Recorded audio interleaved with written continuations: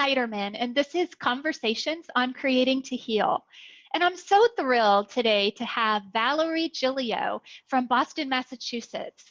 And not only is she a singer, an attorney, an author, and a stroke survivor, but she also has a really interesting story. And that is that her story is about overcoming obstacles and great adversity and relearning to sing and to reclaim her voice. Her story is one of hope and faith that will leave you inspired. Welcome, Valerie.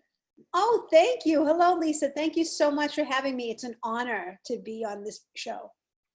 It is my honor. And I think maybe just a little more introduction. I described you as somebody who wears a lot of hats. Yes. You sort of have a mission or purpose, and it doesn't have to address all of them, but basically that kind of sums up what you're doing in your art field.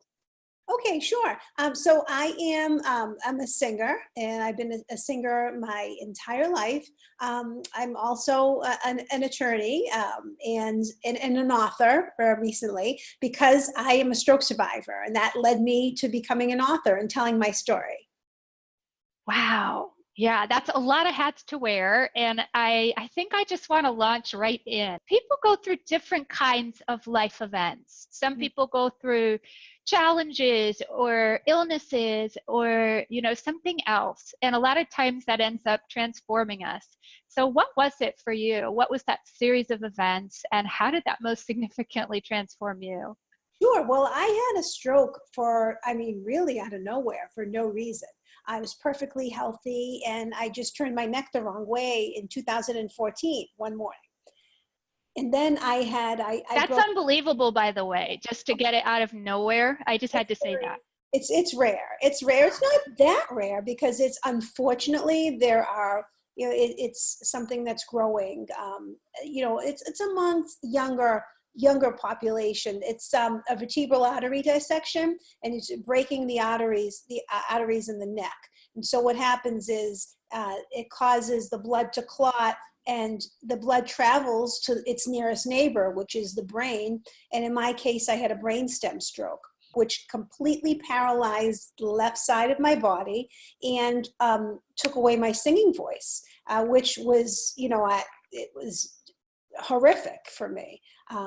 Because, I one moment, literally, I was singing that day at a rehearsal for a show that I was supposed to be in. And by that evening, late that evening, I had no more singing voice. I was just, I had an inability to sing, and it was completely destroyed. And so I spent a couple of months inpatient in the hospital.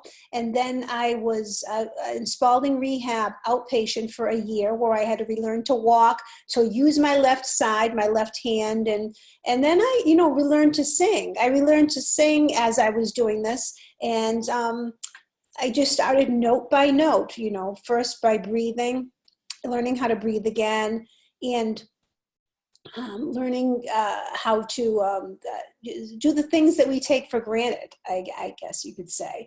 And learning the mechanics of how to sing, learning vibrato again, learning, getting a tone back, because I really had nothing. Was that different than relearning how to make speech? And was the rehab two separate kinds of rehab? One is speech therapy and one is like voice therapy, or were they combined? Yes. No, they sort of. I did have speech therapy, although I did not lose my speaking voice. Like some people do have what's called aphasia, and they lose their speaking voice. I was able to speak. It was a very weak sound. I really couldn't speak for more than a few words at a time without getting so overwhelmed, exhausted. It would take a lot out of me. But I didn't lose my speech. I lost my singing voice. I was very, very hoarse and screaming. I had no ability to match pitch. I was, I had no ability to sing the melodies. My brain knew exactly where the pitch was supposed to be, but my voice couldn't do it. I had no vibrato, no tone, just a loud scream.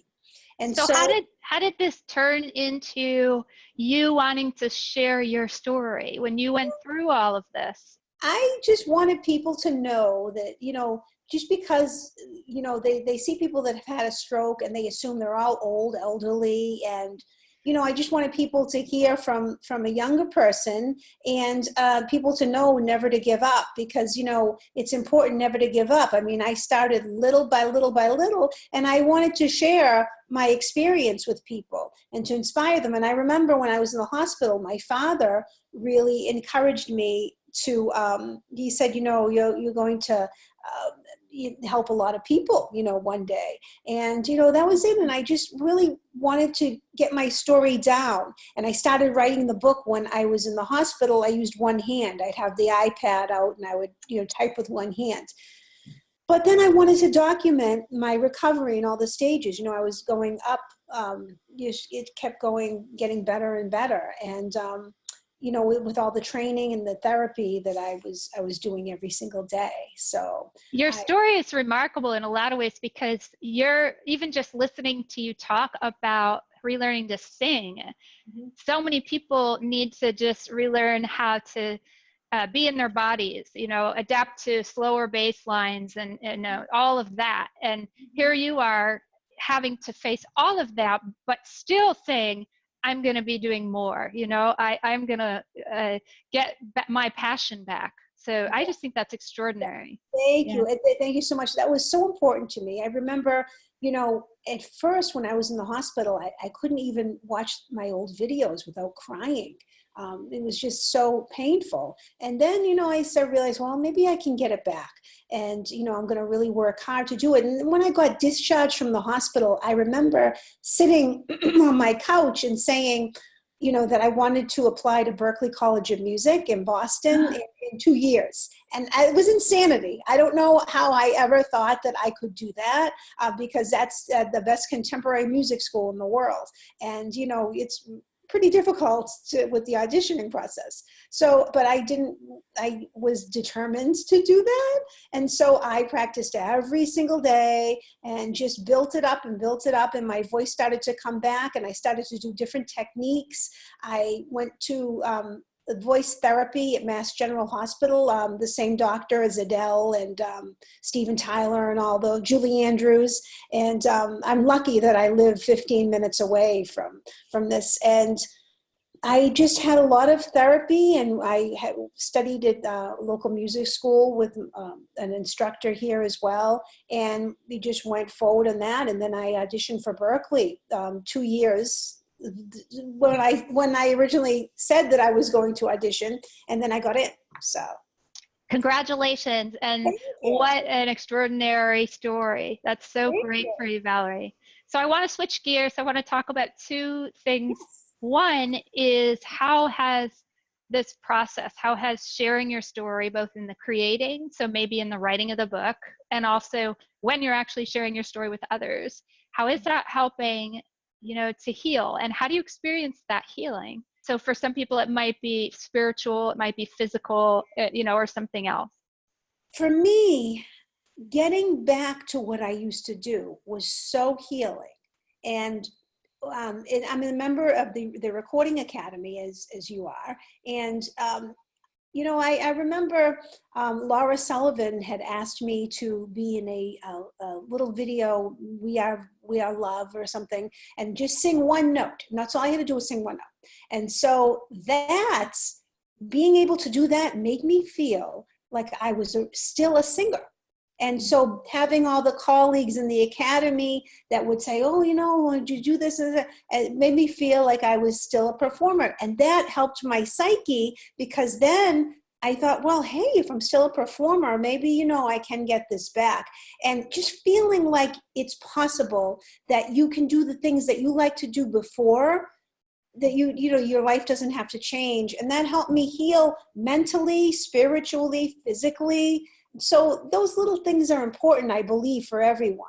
And I wanted to tell my story and hopefully inspire other people that may be going through something similar, any sort of illness or adversity at all, you know, that they can overcome it. Do you have any organizations that you're working with to help get your story out and connect with other stroke survivors? Well, I am a volunteer for the American Heart Association, American Stroke Association, and I actually sang the national anthem for the Heart Walk, the American Heart Walk in Boston last year, and I am a legislative advocate for them, and I volunteer, and I love it. I absolutely love any opportunity that I could get to spread the message. It's fantastic. So I invite you to share something meaningful from your journey, whether it's a passage from your book or a story that you want to share about creating your book. I also know you had an audio book, so whichever, you want to talk about, that would be great. Okay, sure. Well, I'd like to share this little audiobook excerpt, and that's special to me for a lot of different reasons. Foremost, that I was able to actually record an audiobook after not being able to speak for more than a few words at a time. And so now I've done 7 hours. And I wanted to do this to show people that this is what a stroke survivor sounds like, first of all, because people think that we speak like this and, we don't have, you can't speak clearly. And I wanted to show them that that's not true. And secondly, I wanted just to show people, that you can overcome. You can overcome everything. If I can overcome this, you can overcome what adversity that you have in your life. So I wanted to do this audiobook, and it was important that I self-narrate it for that reason as well. In 2014. I was a young singer and lawyer in the height of my career, living a fulfilling life. Then I turned my neck too quickly one morning, and my life changed forever.